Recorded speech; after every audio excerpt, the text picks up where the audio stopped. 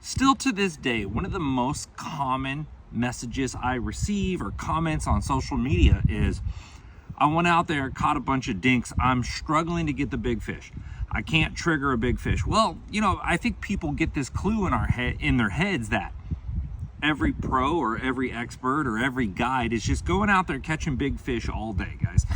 We have maybe 2 to 5 opportunities on a decent day. You know, the average day, maybe 2 or 3 opportunities at big fish. On a really good day, we may have more opportunities, but we're doing the right thing to trigger the big fish. And I believe the biggest problem that people run into, most novice people or people that can only, you know, get out there a few days a month, is you want to get bit so bad you're downsizing or using finesse techniques or using lures that tend to catch a larger percentage of fish, not necessarily the big fish. Now, you could always end up in front of a big fish and catch them, and this is what's kind of setting people back in regards to using lures specifically for finding big fish. So I'm going to talk about a couple things here that I think is going to help you along the way, but you have to be willing to commit to do these things that I'm talking about. All right.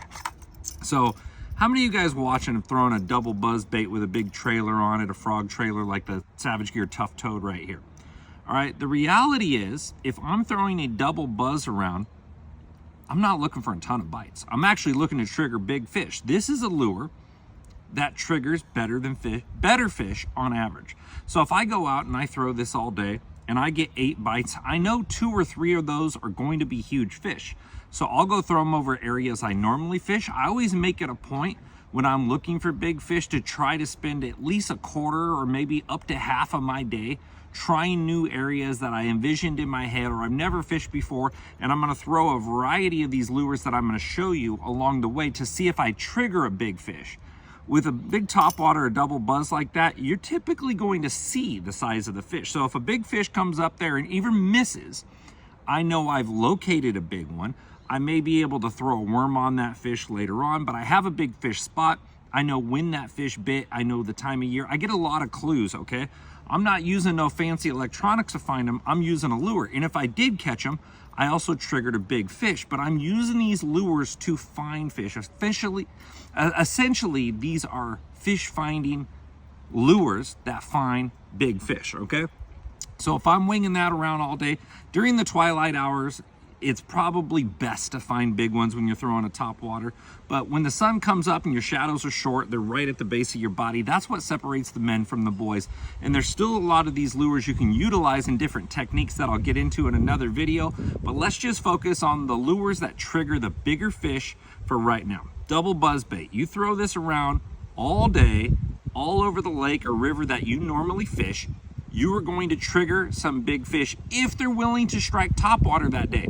Maybe they're not, maybe you never get a bite, but this is why I'm gonna show you some other lures. But the double buzz bait has been essential for me for years on finding big fish. I went to clear reservoirs, I went to dirty, shallow lakes, California Delta, all over the country, I've used the double buzz.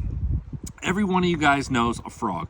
I don't care if it's a tough toad, like on the back of here, a hollow body frog, whatever you throw, typically you're throwing it around heavy cover. When the sun comes up, the big bass move into heavy cover or they move out deep. All right, the reality is you've all seen big fish either eat a frog or come up and miss a frog, but you know it was a big one, and it's very memorable because it's heartbreaking when you miss a big one on a frog. But the frog always triggers typically maybe like 1 out of 3 a better than average strike. So you're getting good clues on where big fish are, but everybody knows if you're throwing a little wacky Senko, you're gonna get way more bites than you would on a frog, but you're also gonna catch a ton of dinks. Now you may catch a big one, you may land on a big one, but let's say you miss a big one on a frog and you come back there and you throw that little wacky Senko in that spot. Hey, guess what? You've already identified that there is a big fish in that location. Now, let's say we're just going around, we don't know big fish live there, and we're throwing a 7-inch Senko versus a 5-inch. That's a completely different world of bait right there. That's a monster.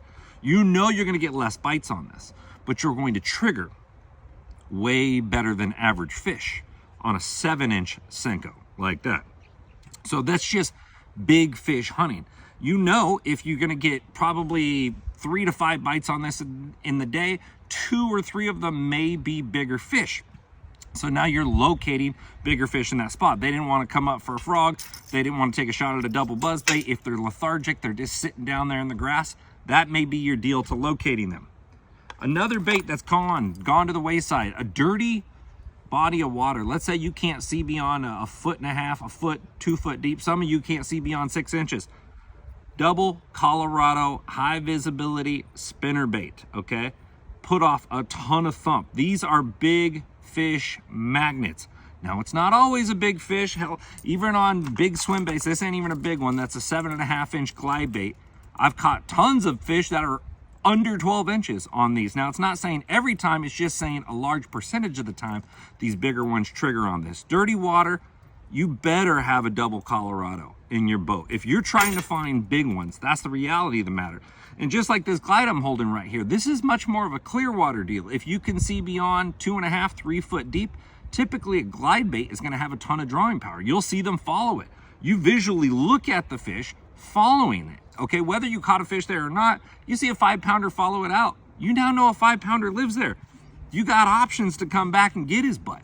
Like, that is a visual fish finder. And all these people that say, oh, I don't throw glide baits much, I've never caught a fish on it. Are you not looking in the water? Even if you don't see them with your own eyes, reel them past your front transducer on your boat or the back, and you will literally see the fish move right through a 2D. You don't need live scope to utilize a big glide bait's drawing power. Like this, okay, let's say they're not going for a double buzzbait. You could throw a big, slow moving wake bait like the Spitfire right here. Moving fast, moving slow, big bait, ton of profile, drawing power. What does drawing power mean? It means the meal is big enough to reward the effort for that big fish to go outside his comfort zone and travel a little bit further to actually go get that bait. Farther, excuse me. Further is not actual distance, farther is distance. Let me clarify. Here you go. In the colder months, everyone knows to throw a football jig. That's a Buckeye mop jig right there with a 3.5 Yamamoto flapping hog. My single favorite jig combination of all time. PBJ, little peanut butter jelly look like that. Super universal, clean water, dirty water. Does not seem to matter. 1/2 ounce, okay? I say the fish are either looking up, looking forward, or looking down. If they're looking down, I'm going to have a jig ready. I can't tell you how many times in the warmer months I've thrown a fish in my live well and seen them spit out crawfish. They never stop eating crawfish. It's a year-round deal for bass, whether it's smallmouth, spotted bass, largemouth bass. They're always eating crawfish. The reason why the jig typically loses its luster in the summertime is there's more like sticky, stringy algae, filamentous algae snot that gets stuck on the jig to where you kind of lose a lot of its power, and that's where like Texas rigging and worm and stuff comes through a lot smoother and comfortably.